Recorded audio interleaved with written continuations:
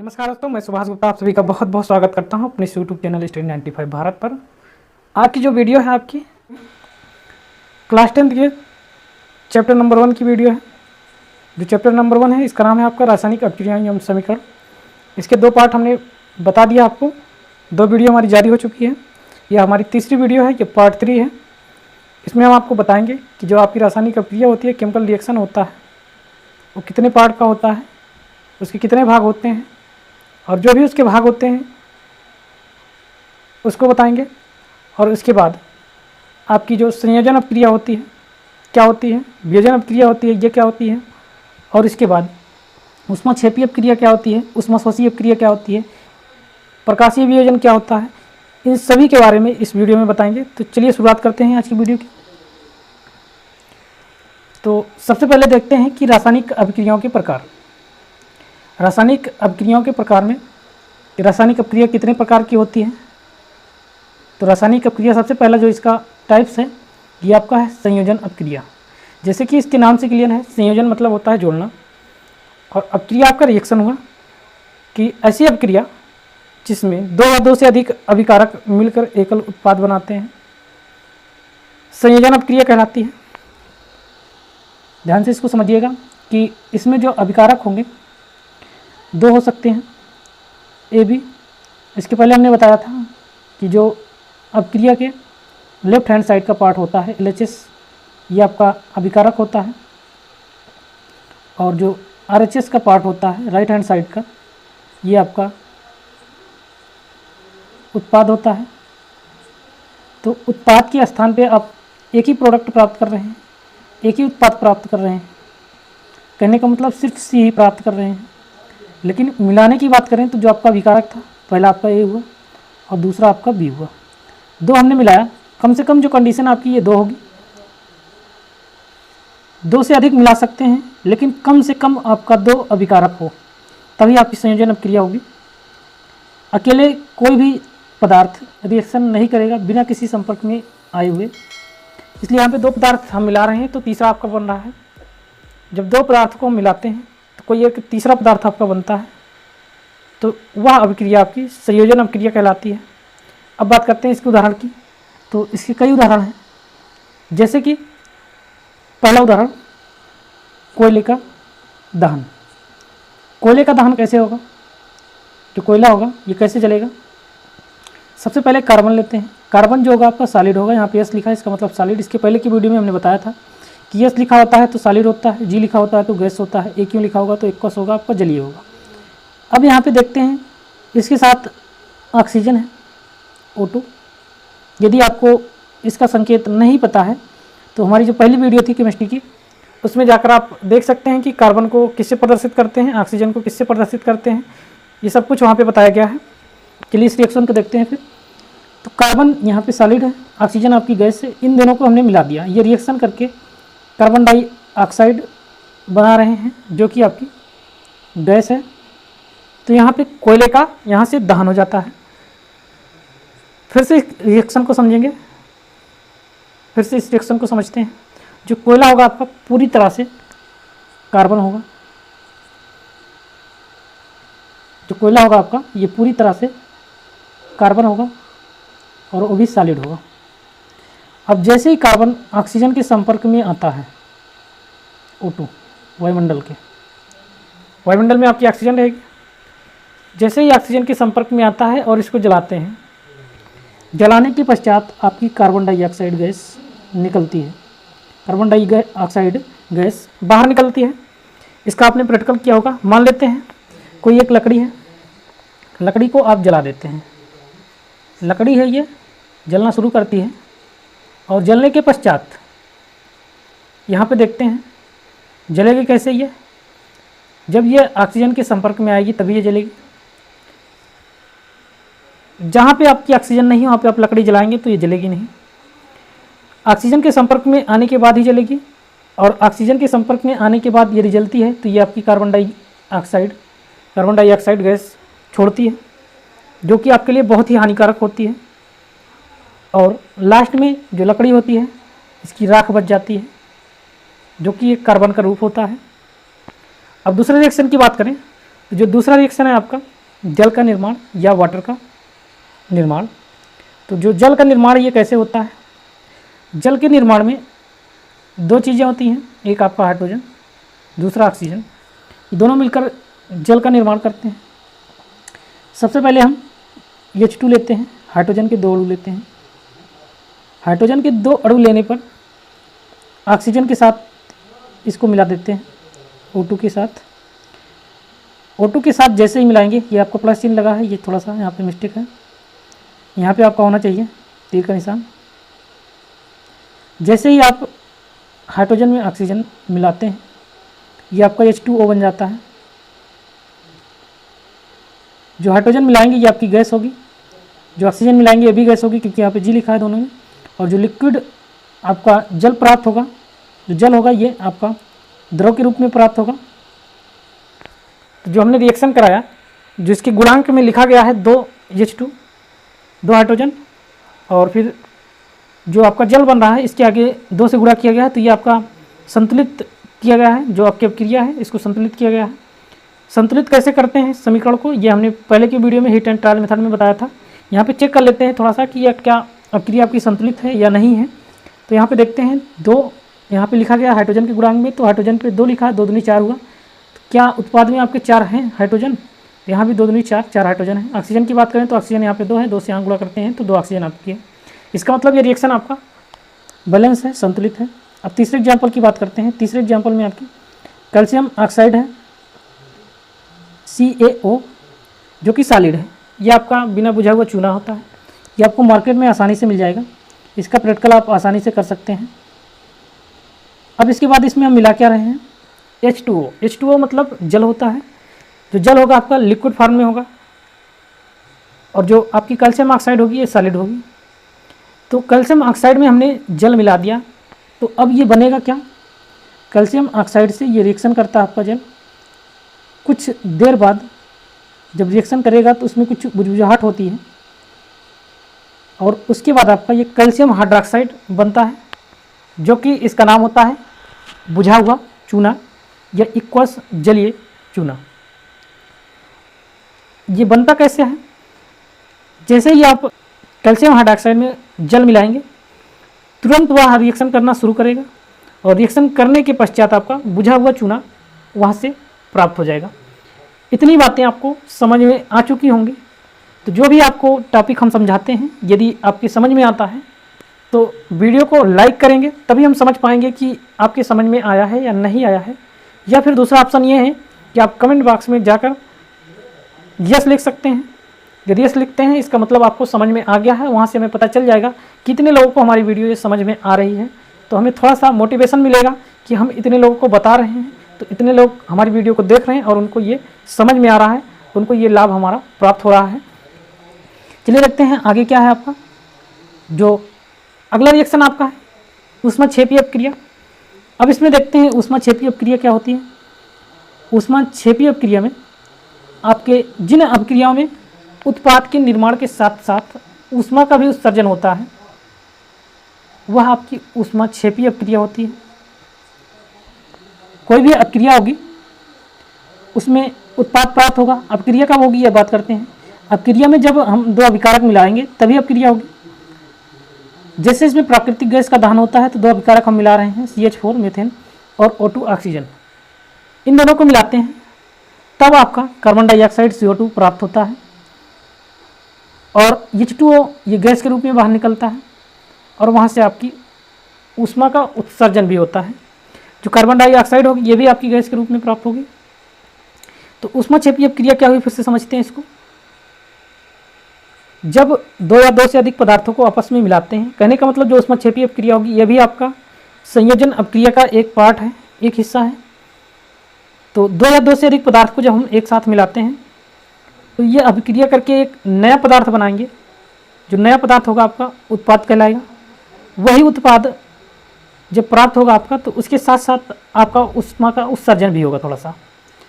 जो ऊष्मा का उत्सर्जन होगा उसी से ये रिएक्शन जो है आपका, इसका नाम पड़ जाता है ऊष्माक्षेपी अपक्रिया। नाम से ही क्लियर आपका कि ऊष्माक्षेपी। ऊष्मा पहले लिखा है, क्षेपी मतलब ये बाहर कर देगा, ऊष्मा आपकी बाहर निकलेगी। तो ऊष्माक्षेपी हो जाएगा। अभी इसके आगे एक हेडिंग आपकी आएगी ऊष्माशोषी। तो ऊष्मा उसमें भी लिखा होगा, शोषी का मतलब शोषण करने वाला। तो वहाँ पे आपका ऊष्मा पहले लेगा तब रिएक्शन करेगा। इसमें आपका रिएक्शन करने के पश्चात ऊष्मा बाहर निकल रहा है। तो पहला जो आपका एग्जाम्पल था प्राकृतिक गैस का दहन, ये आपको समझ में आ चुका होगा। मीथेन में हम ऑक्सीजन गैस मिलाते हैं तो आप कार्बन डाइऑक्साइड गैस मुक्त होती है और जल गैस के रूप में, वाष्प के रूप में मुक्त होता है और वहाँ से आपकी ऊष्मा प्राप्त होती है। जो अगला एग्जाम्पल आपका है कि श्वसन एक ऊष्माक्षेपी अभिक्रिया है। श्वसन एक ऊष्माक्षेपी अभिक्रिया है। कैसे है इसको देखते हैं। मान लेते हैं जो आपका C6H12O6 है, ये आपका क्या है, ये आपका ग्लूकोज है। जो हम भोजन करते हैं वह ग्लूकोज के रूप में हो जाता है। तो C6H12O6 ये आपका ग्लूकोज है जो कि जलीय रूप में होगा। एक्वस लिखा गया, इसका मतलब जलीय रूप में होगा।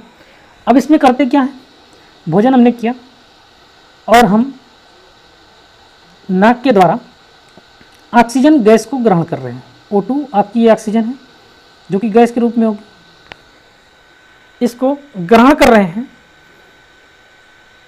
अब होगा क्या, इन दोनों का रिएक्शन होगा। जब ये दोनों रिएक्शन करेंगे तो वहाँ से आप कार्बन डाइऑक्साइड CO2 गैस बाहर छोड़ते हैं और आपका जल निकलता है। उसके साथ साथ आपकी ऊष्मा भी बाहर निकल जाती है जो आपका ग्लूकोज होगा। और उसके साथ साथ जब आप ऑक्सीजन गैस को उसमें शामिल करेंगे तो आपकी कार्बन डाइऑक्साइड गैस मुक्त होगी और जो आपका जल होगा ये भी मुक्त होगा। उसके साथ साथ आपकी ऊष्मा प्राप्त होगी। तो जो आपकी श्वसन है यह एक ऊष्माक्षेपी अभिक्रिया है। इसको कहीं थोड़ा सा नोट कर लीजिएगा। मान लेते हैं कभी कभी ये पूछा जाता है कि श्वसन आपका कौन सी अभिक्रिया है, ऊष्माशोषी है या ऊष्माक्षेपी अभिक्रिया है। तो श्वसन में हमेशा आपका ऊष्मा निकलती है, इसका मतलब ये ऊष्माक्षेपी अभिक्रिया होगी आपकी। आगे देखते हैं कि अभी तक जो हमने पढ़ा संयोजन अभिक्रिया पढ़ा और उसमें आपका था कि ऊष्माक्षेपी अभिक्रिया क्या होती है। अब पढ़ रहे हैं कि वियोजन अभिक्रिया। वियोजन अभिक्रिया क्या होती है इसको देखते हैं। ये आपका सेकंड पार्ट है रासायनिक अभिक्रिया के प्रकार में। तो जैसे ही इसका नाम है वैसे ही इसका काम है। वियोजन का मतलब होता है अलग हो जाना या बट जाना। अब होगा क्या, इसमें लिखा क्या गया है कि इस अभिक्रिया में एकल अभिकारक टूटकर दो या दो से अधिक उत्पाद बनाते हैं या बनते हैं। जो एक आपका अभिकारक होगा भारी सा, ये टूटेगा, तोड़ा जाएगा इसको, यह अपने आप टूटेगा और टूटने के पश्चात यही ए आपका दो पार्ट में डिवाइड हो जाता है, दो भाग में टूट जाता है, बी और सी। तो ये आपका वियोजन अभिक्रिया कहलाती है। जैसे एक एग्जाम्पल की बात करें, मान लेते हैं कोई पत्थर है। अब हम इसको क्या कर रहे हैं, ब्रेक कर रहे हैं, तोड़ दे रहे हैं। तो तोड़ेंगे ये मिडिल पार्ट से और जो पत्थर आपका टूट के निकलेगा ये छोटा सा पार्ट एक हो जाएगा, फिर ये एक अलग सा पार्ट हो जाएगा। तो ये जो पत्थर था ये आपका दो पार्ट में डिवाइड हो जा रहा है। तो एक कोई आपका अभिकारक होगा, दो पार्ट में यदि डिवाइड होता है, एक से ज़्यादा उसमें आपके उत्पाद बनते हैं तो वह आपका वियोजन अभिक्रिया होगी। यदि इसका उल्टा दो चीज़ मिलकर एक उत्पाद बना रहे हैं तो आपकी संयोजन अभिक्रिया होगी। दोनों ही आपकी समझ में आ चुका होगा। अब बात करते हैं इसके एग्जाम्पल की, इसके उदाहरण की। तो जो उदाहरण था ये आपका ऊष्मीय वियोजन था। ऊष्मीय वियोजन जो होता है, क्या होता है, इसकी परिभाषा जो होगी क्या होगी कि ऊष्मा के द्वारा किया गया वियोजन। जो वियोजन होगा आपका, यहाँ पे समझिएगा, जो वियोजन होगा ये किसके द्वारा किया जाएगा, ऊष्मा के द्वारा।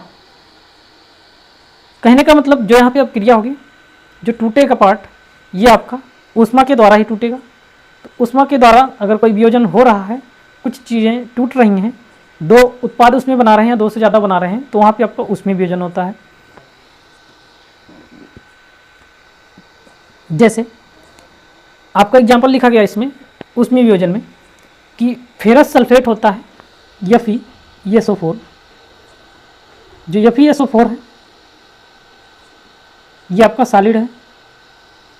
FeSO4 को ऊष्मा देते हैं, हीट करते हैं। जो ऊष्मा ये तीर के निशान के ऊपर लिखा गया है, क्यों लिखा गया इसको हम बताए थे इसके पहले की वीडियो में।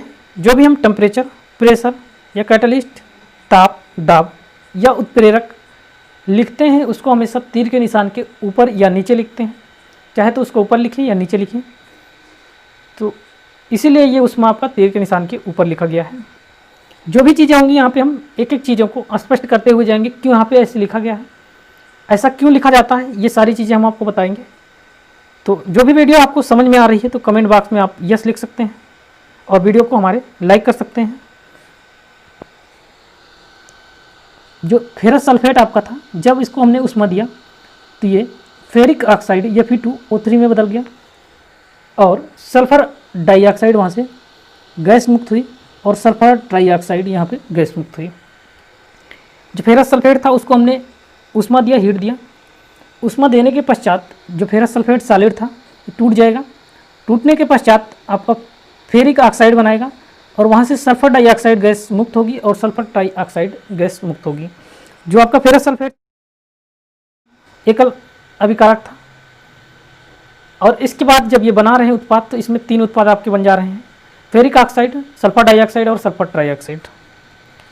जो फेरस सल्फेट होगा इसका जो रंग होगा ये हरे रंग का होगा, जो इसका रंग होगा ये आपका हरे रंग का होगा और जो फेरिक ऑक्साइड है ये आपका भूरा लाल रंग होगा इसका।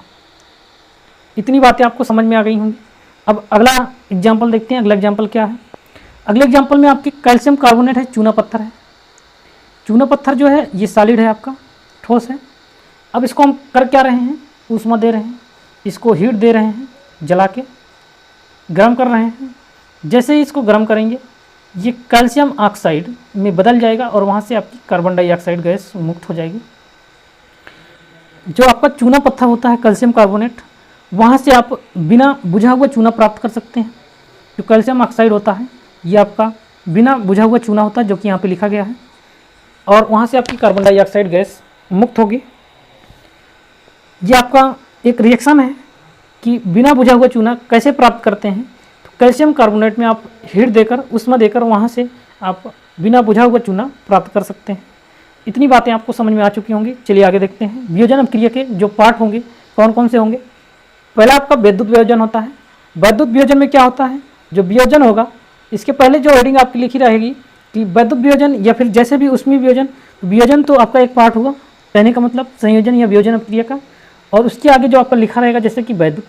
तो यहाँ पे जो वियोजन कराएंगे हम वैद्युत के द्वारा कराएंगे। वैद्युत में होता क्या है? वैद्युत धारा प्रवाहित कर होने वाला जो वियोजन होता है आपका वैद्युत वियोजन होता है। वैद्युत धारा प्रवाहित कर होने वाला वियोजन, जैसे मान लेते हैं कोई आपका विलयन है, उदाहरण इसमें दिया गया है H2O आपका लिक्विड रहेगा, इसमें हम विद्युत धारा प्रवाहित करेंगे तो आपका हाइड्रोजन और ऑक्सीजन दोनों अलग अलग आपके प्राप्त हो जाएंगे। तो इसका एग्जाम्पल देखते हैं और इसके बाद इसका प्रैक्टिकली तौर पर कैसे इसको हम हाइड्रोजन और ऑक्सीजन को प्राप्त कर सकते हैं ये भी देख लेते हैं। तो एक हम यहाँ पे प्लास्टिक का मग लेते हैं, जैसा कि इस चित्र में दिखाया गया है। जो प्लास्टिक का मग है, अब इसमें करेंगे क्या, स्टेप बाय स्टेप इसमें देखते हैं। पहले हम प्लास्टिक का एक मग लेते हैं। अब इसमें आप थोड़ा सा पानी डाल देते हैं, आधे मग के बराबर या आधे से थोड़ा ज़्यादा। पानी डालने के पश्चात जो आपका थर्ड स्टेप होगा, इसमें आपको परखनली लगानी होगी, जो कि 2 परखनली लगी है। दोनों परखनली में ग्रेफाइट की राड लगानी होगी। ग्रेफाइट की राड लगाएंगे दोनों में, तो दोनों को एक रबर स्टॉपर के द्वारा इसको बंद कर देते हैं कि पानी आपका नीचे ना आने पाए। और इसके बाद इसमें एक परखनली में आपका ये नोड हो जाता है, एक परखनली में आपका कैथोड हो जाता है। जो आपका एनोड होगा ये पॉजिटिव सिरा होगा बैटरी का, और जो कैथोड होगा ये नेगेटिव सिरा होगा। तो आपकी बैटरी में 2 पोल होते हैं। जो आपकी बैटरी होती है इसमें आपके 2 पोल होते हैं। कोई भी एक 12 वोल्ट की बैटरी लेते हैं या 6 वोल्ट की बैटरी लेते हैं, उसमें आपके 2 पोल बने होंगे। 2 पोल में एक आपका पॉजिटिव होता है, एक नेगेटिव होता है। निगेटिव पोल को आप निगेटिव से, माइनस से, और पॉजिटिव पोल को पॉजिटिव से कनेक्ट करेंगे। पॉजिटिव पोल के बीच में एक आप स्विच लगा देते हैं कि हमेशा ये करंट प्रवाहित ना हो रही हो, जब हमें काम हो, जब हम आप प्रैक्टिकल कर रहे हैं तब ये प्रवाहित की जाए, अन्यथा इसको बंद कर दिया जाए। अब होगा क्या, इतना काम तो हम कर लिए। अब करेंगे क्या, इस बैटरी से जैसे ही इसमें कनेक्ट करेंगे और स्विच को ऑन करेंगे, आपका रिएक्शन होना शुरू हो जाएगा। क्यों हो जाएगा, जो आपका जल है यहाँ पे H2O, इसमें विद्युत धारा प्रवाहित कर रहे हैं। यहाँ पे जो आपका जल है इस मग में, इसमें जैसे ही विद्युत धारा प्रवाहित करेंगे, कैथोड पर आपकी हाइड्रोजन और एनोड पर आपका ऑक्सीजन यहाँ पे आ जाते हैं। जो आपकी परखनली है उसके ऊपरी सिरे में आपका ऑक्सीजन आएगा एनोड पर, और जो हाइड्रोजन है ये आपका कैथोड पर आएगा। ये था आपका पूरा प्रैक्टिकल। आप प्रैक्टिकल इसका कर सकते हैं। इतने उपकरण यदि आपको मिल जाते हैं, आपकी जो हाइड्रोजन गैस होगी ये आपकी कैथोड पर आ जाएगी, और जो आपकी ऑक्सीजन गैस होगी ये आपकी एनोड पर आ जाएगी। इतना प्रैक्टिकल आप आसानी से कर सकते हैं, लेकिन यदि आपको इतने उपकरण पर्याप्त हो जाते हैं तो। चलिए आगे देखते हैं। अगला जो है आपका वियोजन में प्रकाशीय वियोजन है। इसके पहले जो हम पढ़े थे अभी वैद्युत वियोजन था, ये आपका प्रकाशीय वियोजन है। इसका मतलब क्या होगा, जैसे हमने इसके पहले बताया था कि वियोजन तो क्रिया ये है ही है, लेकिन इसमें जो वियोजन होगा किसके द्वारा होगा, प्रकाश के द्वारा होगा। प्रकाश मिलेगा कहाँ पे, जो सूर्य के प्रकाश की उपस्थिति में होने वाला वियोजन है, ये आपका वैद्युत वियोजन कहलाता है। सूर्य की प्रकाश की उपस्थिति में ये वियोजन आपका होगा, तो आपका ये वैद्युत वियोजन कहलाएगा। उदाहरण के लिए देखते हैं कि जो आपका AgCl है, सिल्वर क्लोराइड, सूर्य का प्रकाश इसको दे रहे हैं, हीट इसको मिलनी है, कहीं से भी मिले, दो पार्ट में डिवाइड होगा। जैसे उसमें हम जो हीट दे रहे थे बैटरी के द्वारा दे रहे थे, इलेक्ट्रिक के द्वारा दे रहे थे, इसमें जो है आपका सूर्य के प्रकाश के द्वारा मिलेगा। तो जब ये आपका सूर्य का प्रकाश यहाँ से मिलेगा AgCl को, तो ये दो पार्ट में डिवाइड हो जाएंगे, सिल्वर प्लस क्लोरीन। अब ये रिएक्शन देख लेते हैं क्या बराबर है। 2 Ag यहाँ पे था अभिकारक में, 2 Ag यहाँ पे, 2 Cl यहाँ पे था, 2 Cl यहाँ पे, दोनों आपके अभिकारक और उत्पाद आपस में बराबर है। जो AgCl था ये आपका सॉलिड था, यस लिखा है। जो Ag आपका प्राप्त होगा सिल्वर, ये सॉलिड होगा, क्लोरीन आपकी गैस के रूप में बाहर चली जाएगी। अब दूसरा एग्जाम्पल देखते हैं उसी के टाइप का। तो सिल्वर जो ब्रोमाइड है आपका AgBr, इसका जो नाम है लिख देते हैं सिल्वर ब्रोमाइड, और ये सिल्वर क्लोराइड है। सिल्वर क्लोराइड था पहले आपका, ये सिल्वर ब्रोमाइड है। सिल्वर ब्रोमाइड को सूर्य का प्रकाश देते हैं तो ये सिल्वर में आपका टूट जाएगा। सिल्वर जो होगा आपका ये सॉलिड प्राप्त होगा, सिल्वर ठोस प्राप्त होगा, और जो ब्रोमीन गैस होगी आपकी ये बाहर निकल जाएगी। ये था आपका प्रकाशीय वियोजन। अब इसके आगे देखते हैं यह अभिक्रिया जो होती है इसका उपयोग कहाँ पे होता है। तो इस अभिक्रिया का उपयोग श्याम श्वेत फोटोग्राफी में होता है। श्याम श्वेत कहने का मतलब जो आप इसके पहले की फ़ोटो आती थी, श्याम मतलब काला होता है, श्वेत मतलब सफ़ेद। जो आपकी पहले फ़ोटो आती थी black and white, black and white photo निकालने में इस अभिक्रिया का प्रयोग होता था। आज की ये थी वीडियो। यदि आपको वीडियो पसंद आई है तो लाइक ज़रूर करिएगा इसको, और जो भी आपके साथ पढ़ने वाले हैं इस क्लास में उनके साथ इस वीडियो को शेयर अवश्य करिएगा। अब इस सिलेबस को पूरे जो अभी हमने टॉपिक पढ़ा है इसको थोड़ा सा रिवाइज कर देते हैं लास्ट में। जो भी टॉपिक आज से हम पढ़ाएंगे उसको शॉर्टकट जल्दी से हम रिवाइज करेंगे 1 मिनट के अंतर्गत। सबसे पहला जो आपका टॉपिक था उसको देख लेते हैं क्या क्या था। जो आपकी रासायनिक अभिक्रिया थी उसके प्रकार थे। पहला आपका संयोजन अभिक्रिया। संयोजन अभिक्रिया में दो पदार्थ मिलकर एक नया पदार्थ बना रहे थे, तो ये आपकी संयोजन अभिक्रिया थी। और सेकंड आपका इसमें कुछ एग्जाम्पल लिखे थे कि कोयले का दहन कैसे हो रहा है, दो मिलाएंगे तो एक आपका बनेगा। कोई भी रिएक्शन आप लिख सकते हैं, कोई ज़रूरी नहीं है जो रिएक्शन लिखा गया 3 यही भी लिखा जाए। कोई भी दो पदार्थ यदि आप मिलाते हैं तीसरा आपका प्राप्त होता है तो वही आपका संयोजन अभिक्रिया होगा। और संयोजन अभिक्रिया में आपकी ऊष्माक्षेपीय अभिक्रिया थी। ऊष्माक्षेपीय अभिक्रिया में जो आपके पदार्थ मिलाने के पश्चात उत्पाद तो बना रहे हैं, लेकिन उसके साथ साथ ऊष्मा निकल रही है, एनर्जी निकल रही है, वह आपकी ऊष्माक्षेपी अपक्रिया होगी। और इसके आगे आपकी वियोजन अपक्रिया थी। वियोजन अपक्रिया में एकल उत्पाद था उसका उल्टा, जैसे आपकी संयोजन अपक्रिया थी उसका जस्ट उल्टा। यहाँ पे एकल अभिकारक होगा, ये 2 उत्पाद में आपका टूट जाएगा। एकल अभिकारक आपके 2 या 2 से अधिक उत्पाद बनाएंगे तो आपका वियोजन अपक्रिया होती है। अब इसमें देखते हैं इसके पार्ट में जो पहला पार्ट है उसमें वियोजन है, ऊष्मा के द्वारा इसमें वियोजन कराया जाएगा। तो उसमें जो वियोजन होगा यहाँ पे आगे जो है आपका वैद्युत वियोजन है।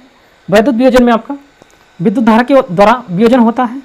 जो आपका जल है इसका वियोजन हम करा रहे थे विद्युत धारा के द्वारा, तो वहाँ पे आपकी कैथोड पर आपकी हाइड्रोजन गैस और एनोड पर आपकी ऑक्सीजन गैस प्राप्त हो रही थी। अब इसके बाद बात करते हैं प्रकाशीय वियोजन की। तो प्रकाशीय वियोजन में आपके सूर्य के प्रकाश की उपस्थिति में होने वाला जो वियोजन था ये प्रकाशीय वियोजन कहला रहा था। इसमें आपके सिल्वर क्लोराइड और सिल्वर ब्रोमाइड का वियोजन करा रहे थे, जो कि इसका वियोजन हो रहा था सिल्वर और क्लोरीन में, दूसरा आपका सिल्वर और ब्रोमीन में। और प्रकाशीय वियोजन जो होता है इसका उपयोग आपका ब्लैक एंड व्हाइट फोटोग्राफी में होता है। तो ये आज की वीडियो थी। आज की वीडियो आपके समझ में आई होगी, तो इसको लाइक ज़रूर कर दीजिएगा वीडियो को। वीडियो देखने के लिए बहुत बहुत धन्यवाद। ऐसी वीडियो लेकर फिर मिलेंगे, तब तक के लिए जय हिंद, जय भारत।